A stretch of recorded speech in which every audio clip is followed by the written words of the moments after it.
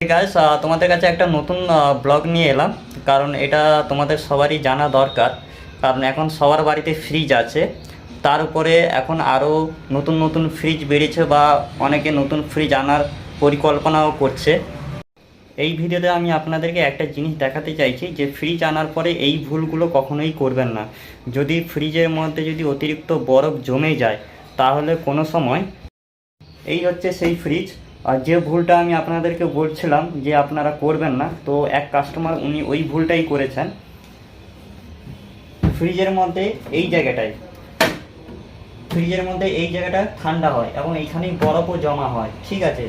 তো এখানে যদি অতিরিক্ত যদি বরফ জমে যায়, এই দেখুন এখানে কত বরফ জমে গেছে, এই জায়গাটায় যদি অতিরিক্ত যদি বরফ জমে যায় তাহলে কখনো এখানে ধারালো বা ছুঁচলো বা কোনো ছুরি দিয়ে এখানে খোঁচাখুচি করবেন না। কারণ এখানে যদি আপনারা যদি বরফ বার করার জন্য খোঁচাখুচি করেন তাহলে কি হবে, এই যে পাইপ লাইনগুলো দেখেছেন, এগুলো হচ্ছে বরফের পাইপ লাইন, তো এগুলো কি হয়, লিকেজ হয়ে যায়।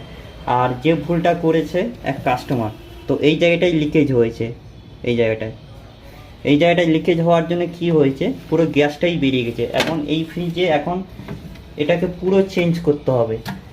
এই যে পোর্শনটায় এই যেটা আইস হয় এটাকে পুরো চেঞ্জ করতে হবে। এখন এটাকে চেঞ্জ করে গ্যাস ভরে এর অনেক টাকা খরচ পড়ে যাবে, ঠিক আছে? তো সেই ভুলটা কখনোই আপনারা করবেন না।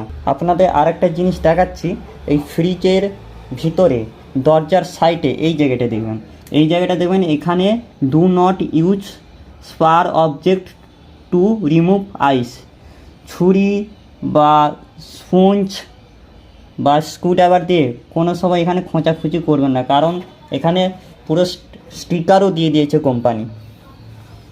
যদি দেখেন যে এখানে অনেক বরফ জমে গেছে, বার করতে পারছেন না, পুরো বরফে ভর্তি হয়ে গেছে, তখন আপনারা কি করবেন, দরজাটা খুলে দেবেন, 1 ঘন্টার মতন দরজা খুলে দেবেন। আর এটা হচ্ছে ইনভার্টার, ঠিক আছে? আর নন ইনভার্টার হলে কি হবে, এখানে আপনাদের একটা সুইচ থাকে, এই জায়গাটায় একটা সুইচ থাকে, তো ওটাকে বটন পুশ করে দিলে আধা ঘন্টা থেকে 40 মিনিট আপনার ফ্রিজ বন্ধ থাকবে আর আপনার আইস অটোমেটিক জল হয়ে বেরিয়ে যাবে। এই ইনফরমেশনটা যদি আপনাদের যদি ভালো লাগে তাহলে ভিডিওটি শেয়ার করে দেবেন, যাতে সবার কাছে ভিডিওটি পৌঁছে যায়। এই ভুলটা যেন আর অন্য কেউ না করে, কারণ এই ভুলটা যদি আপনারা যদি করে বসেন তাহলে এর পিছনে আপনাদেরকে অনেক টাকা গুনতে হবে। তো এটা বড় হওয়ার কারণ অনেক রকম কারণ থাকতে পারে, তো সেই জন্য এটা যখন হয়ে যাবে আপনারা দরজা খুলে দেবেন। তারপর আপনারা একটা টেকনিশিয়ানকে ডেকে নিয়ে এসে, যারা ফ্রিজ সারায় তাদেরকে ডেকে নিয়ে এসে আপনি এটাকে একবার চেক করিয়ে নেবেন, কারণ এর মধ্যে সেন্সার থাকে, তো সেন্সারগুলো যদি খারাপ হয়ে যায় তাহলে কি হয়, এই প্রবলেমগুলো দেখা যায়। নতুন ফ্রিজ কেনা বা ফ্রিজের সম্বন্ধে অন্য কিছু যদি জানতে চান তাহলে আপনারা কমেন্ট করবেন, আমি কমেন্টের মধ্যে উত্তর দিয়ে দেবেন।